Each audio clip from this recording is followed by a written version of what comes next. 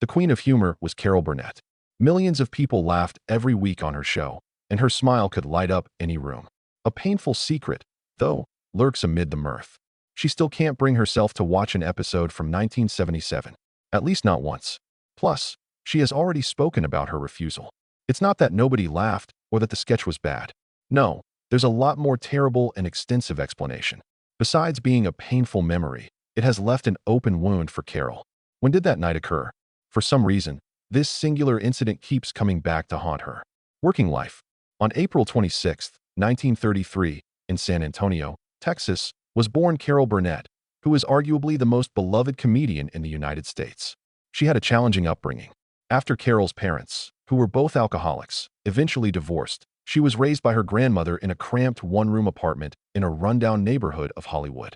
Carol, despite her hardships, sought solace in her imagination, where she developed a twin sister named Karen and taught herself to be the renowned Tarzan Yell.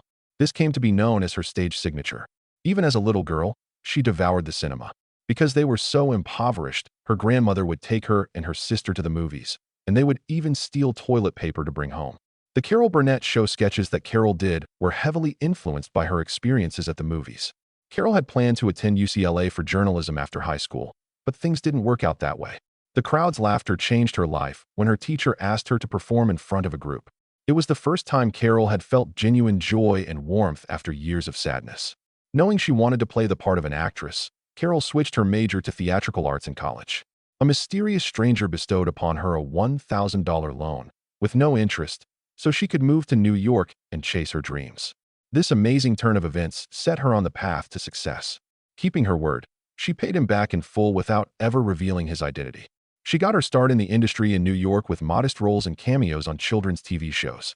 With the help of her breakthrough comedic performance, I Made a Fool of Myself on John Foster Dulles, she was able to break into the national television market and gradually become a household name. The Gary Moore Show was her big break, and she won her first Emmy for her performance. It turned out to be the pivotal moment that led to Julie Andrews' specials, Broadway, and play. Carol Burnett's show debuted in 1967. Carol consistently disproved CBS's assumption that a woman couldn't host a variety program. The show was a cultural treasure and won 23 Emmys. The show featured musical songs, sketch humor, and memorable moments such as Carol's emotional goodbye and her attire made of curtain rods, where she would gently tug on her grandmother's ear. Her tender way of expressing her affection for her persisted in her career in film, television, and theater even after her show premiered.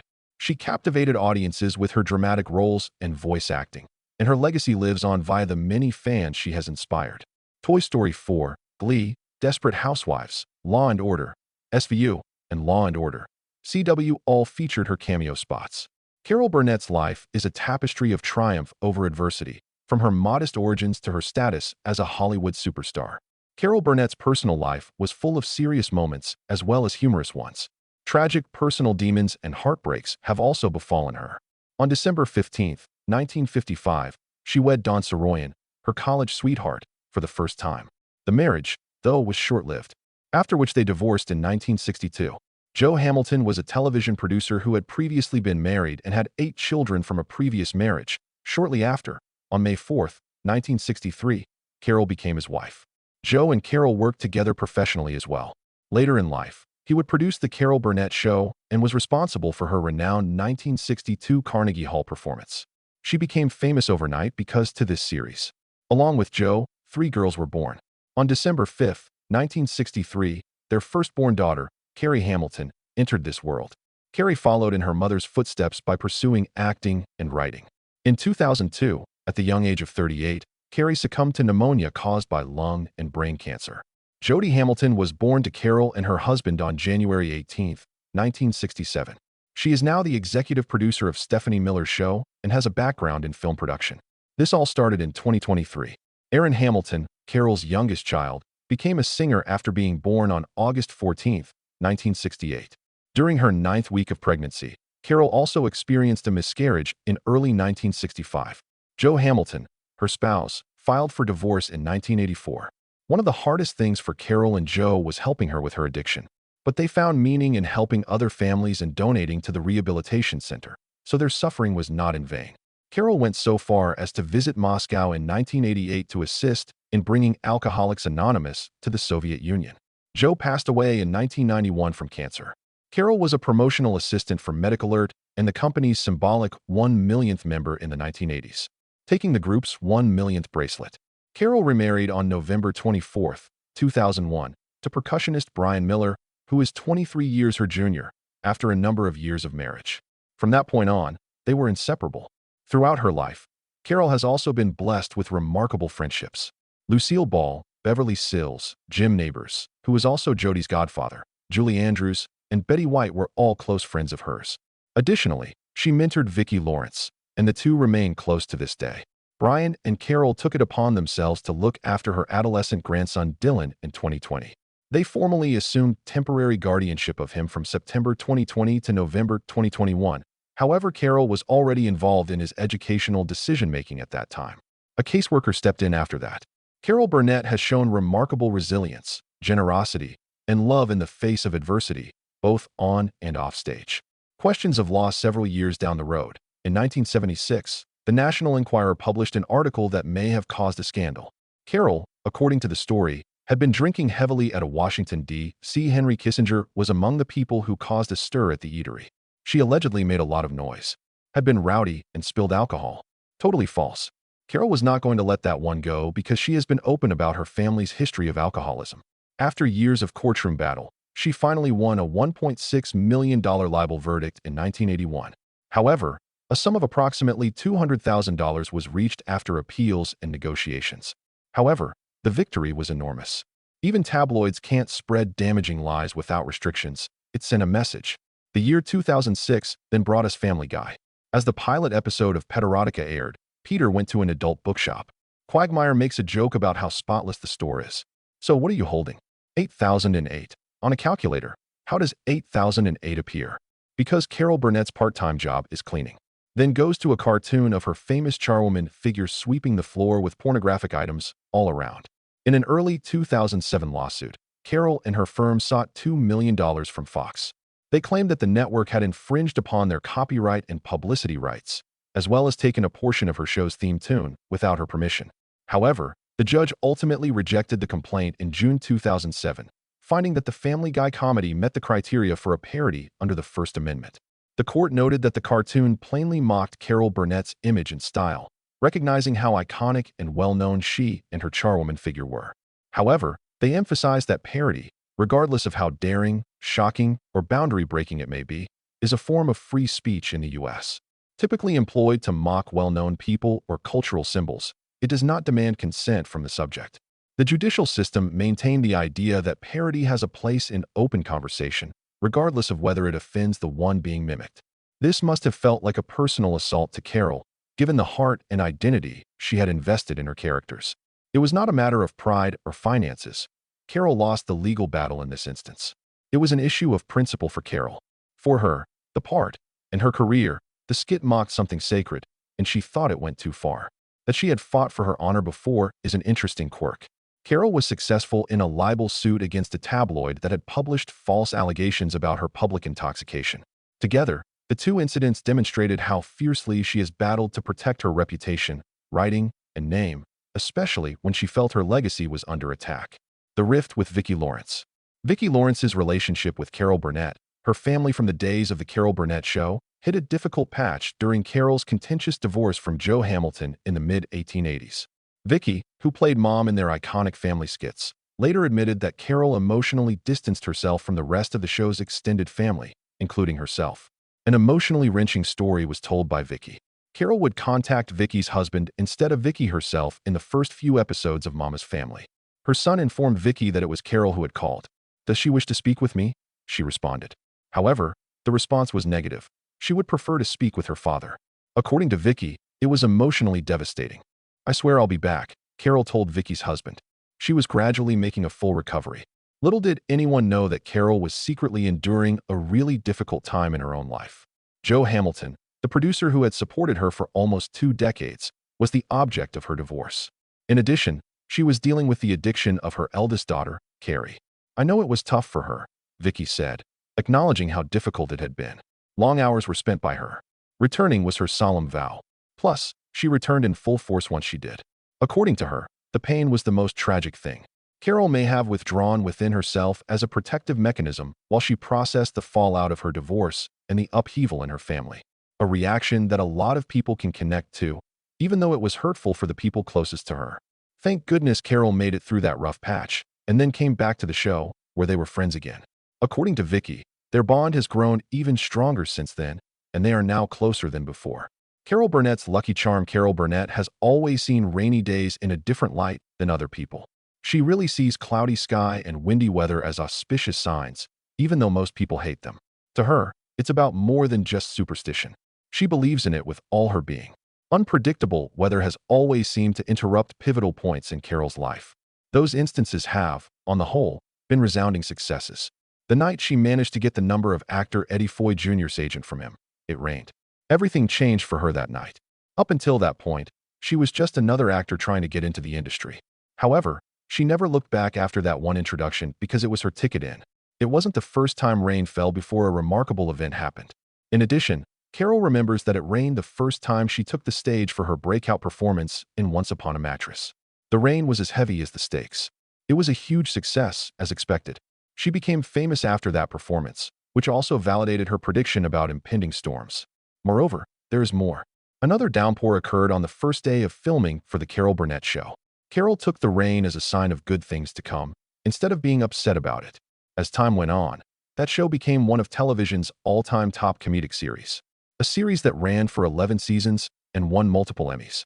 Carol does not see rain as a mere deluge of water released from on high, more like a gentle prod from above, informing her that great things are on the horizon. She has lived her entire life firmly committed to that belief. Looking at her career, it's hard to argue with her. Carol Burnett has been successful for 60 years, and her net worth is approximately $45 million, the result of her outstanding fortune. She may not be on the ultra-rich list of some modern stars, but her legacy is strong and lasting because of her perseverance, good judgment, and varied career. She became quite wealthy by hosting the Carol Burnett Show, which she did from 1967 to 1978. Even after all this time has passed, she continues to reap the financial and creative benefits of the program through syndication, streaming, and licensing, thanks to her dual role as actress and producer. Just from that program, she continues to earn royalties, which keeps her fame and fortune alive in Hollywood. Carol also had success on Broadway, in films, and as a voiceover artist, in addition to her television career. As seen in the fourth Toy Story animated film, she was also the author of many memoirs, including the Grammy-winning Best Spoken Word album, In Such Good Company. She earns even more money from book sales, royalties, and appearances in public. One prudent financial decision she made was to invest in property. Carol bought a mansion in Montecito, California, for $2 million in 1999. Although she ultimately decided to keep it, she listed it for around $36 million. In addition, she owned a Trump Tower property in New York City and sold it for $5.58 million. In 2023, she sold her Wilshire Boulevard flat in Los Angeles for about $3.7 million. She has diversified her interests even further by adding property in Santa Fe, New Mexico. Carol's achievements are closely related to the recognition she has received. She has won numerous Golden Globes and Emmys, received the Presidential Medal of Freedom in 2005, and in 2019, an award was named after her. More doors have opened for her in the publishing, merchandising, and public speaking industries as a result of this. Even in this streaming era, viewers are eager to see past episodes of The Carol Burnett Show, which means that the royalties will keep coming in. Carol, who is now 91 years old, continues to make an appearance on series like Palm Royale on Apple TV+. These appearances allow her to connect with younger audiences and earn more income. Carol Burnett has amassed a diverse, intelligent, and long-lasting fortune through her creativity, astute investing, and unwavering dedication to her work. Some have attacked her comedic approach, saying it is out of touch with modern times. Some may not believe Carol Burnett's sense of humor is as timeless as others, despite her widely esteemed contributions to television comedy. Her manner is described by some viewers as corny, old-fashioned, and apparent, especially younger viewers and Gen Zers. Someone was quite direct in a very popular Reddit thread. It was as ridiculous as it was unoriginal and unfunny. Yet another contributed crude comedy in the vein of Kevin Hart. This isn't just a case of people having complaints. The two illustrate how different people's expectations of humor may be. Shows like Saturday Night Live and Key and Peele introduced many modern viewers to the standards of cutting-edge satire, irony, and timing.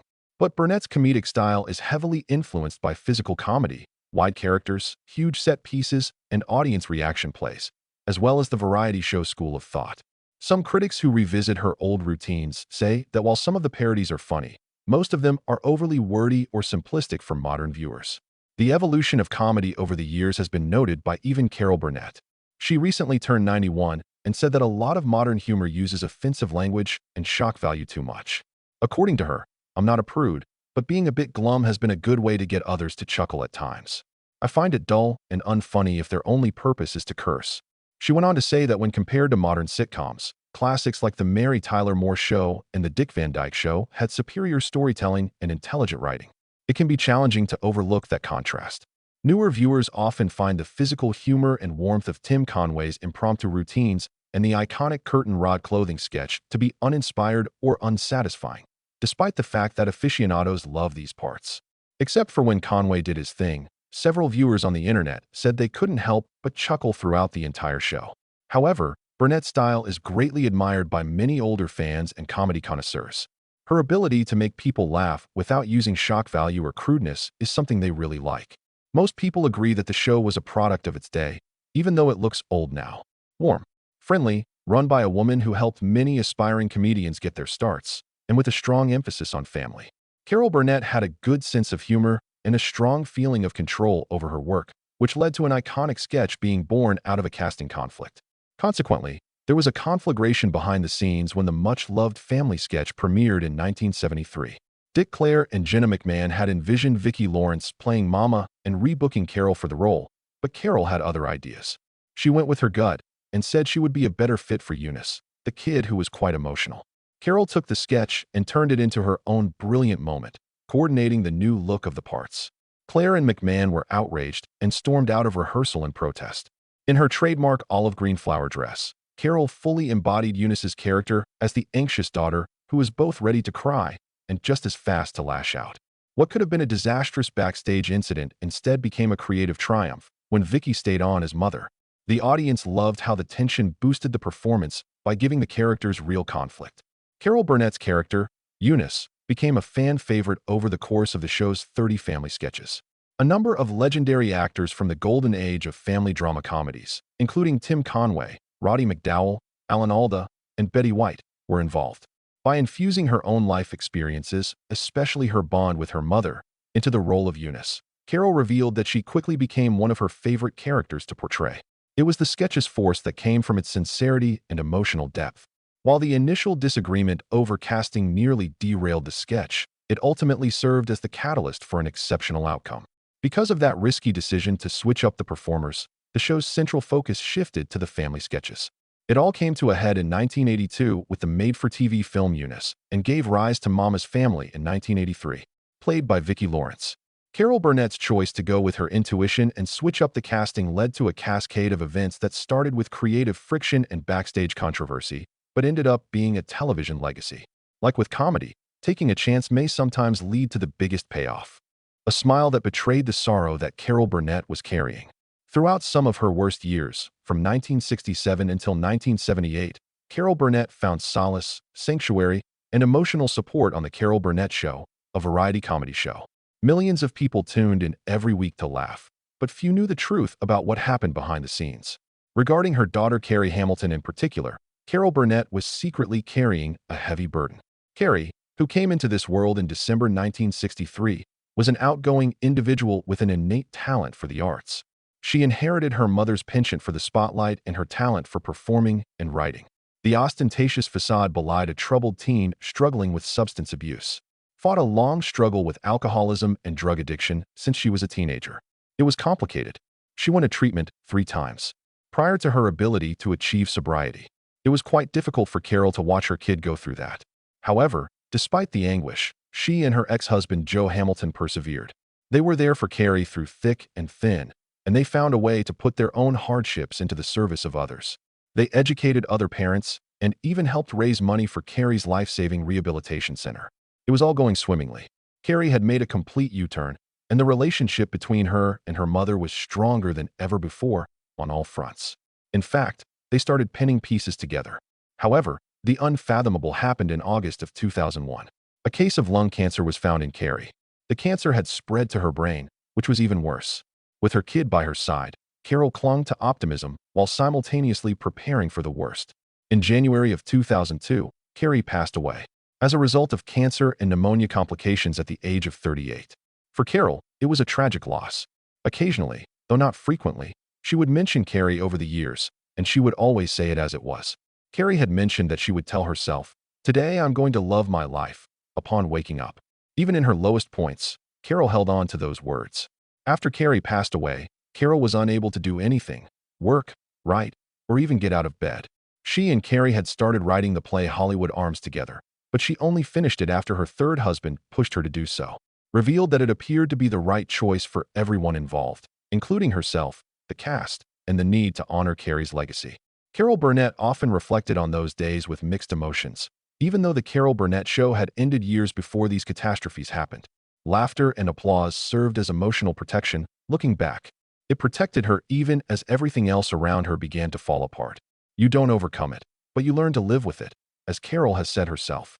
Even the most broad smiles conceal deep anguish, as her story shows, and sometimes the only thing that keeps us afloat is laughter. The fact that Carol Burnett was born is proof certain that joy triumphs over sorrow. A way to get through it is definitely possible with this. Despite quietly suffering behind closed doors, she kept people laughing for decades all around the world. Bravely weathered every storm, from the loss of loved ones to the anguish of watching her daughter Carrie battle addiction and illness. Her story hits close to home because she was so genuine and relatable. Never once did she put on an act as though everything was fine.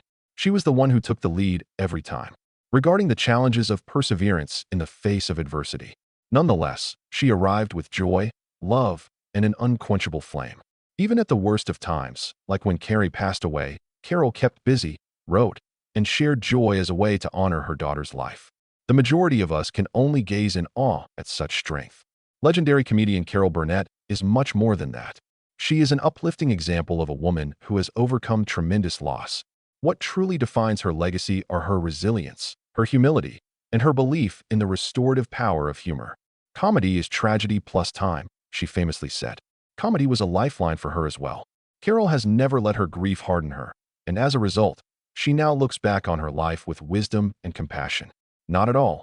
She has used it as a platform to inspire others, to show them that suffering is inevitable but need not be the end.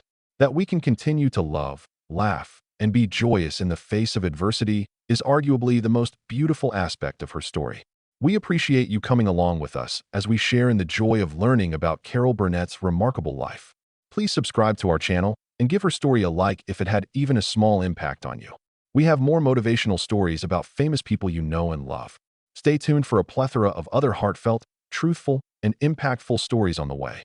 Hey, leave a remark if you share Carol's belief in the transformative power of joy, affection, and perseverance. Your feedback is much appreciated. Until we meet again, be careful with one another.